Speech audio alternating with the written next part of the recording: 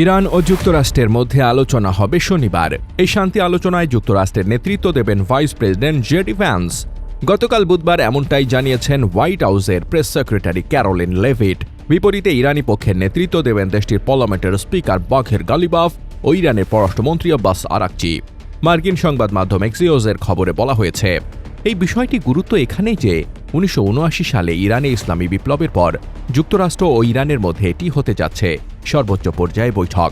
এমন এক সময়ে এই আলোচনা হচ্ছে যখন যুদ্ধবিরতি আলোচনা একটি সংকটপূর্ণ মোড়ে দাঁড়িয়ে, যেখানে ব্যর্থতা মানেই পুনরায় যুদ্ধ শুরু হওয়া এবং তা আরও তীব্র হয়ে ওঠার ঝুঁকি। এই মিশনটি জেডি ভ্যান্সের রাজনৈতিক জীবনের সবচেয়ে গুরুত্বপূর্ণ ও কঠিন দায়িত্ব হিসেবে দেখা হচ্ছে, কারণ এতে তার সেই অবস্থানের পরীক্ষা হবে যেখানে তিনি ইরানের সঙ্গে যুদ্ধ এড়িয়ে কূটনৈতিক সমাধানকেই প্রাধান্য দিতে চান। গতকাল বুধবার হাঙ্গেরির রাজধানী বুদাপেস্টে ভ্যান্স বলেন, ডোনাল্ড ট্রাম্প ইরানের সঙ্গে দ্রুত অগ্রগতি চান।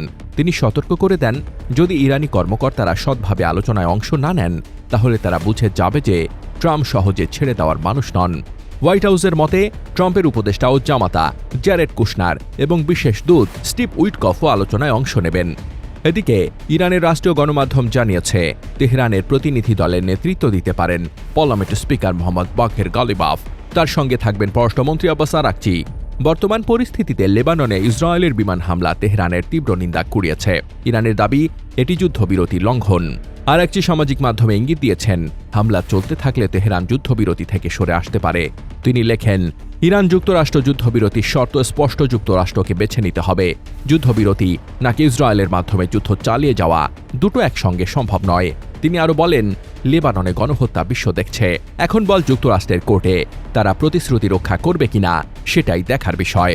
তবে এক জ্যেষ্ঠ মার্কিন কর্মকর্তা জানিয়েছেন, লেবাননের হামলা আলোচনাকে বিপদের মুখে ফেলবে বলে তারা এখনই মনে করছেন না। লেভিট সাংবাদিকদের বলেন, সব পক্ষকে জানানো হয়েছে যে লেবানন এই যুদ্ধবিরতি চুক্তির অংশ নয়।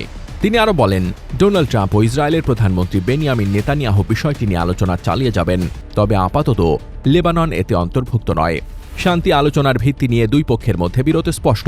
বুধবার ট্রাম্প ট্রুথ সোশ্যালে পোস্টে বলেন, ইরান যে 10 দফা প্রস্তাব দিয়েছে তা যুক্তরাষ্ট্রের কাছে দেওয়া প্রস্তাবের সঙ্গে মিলছে না।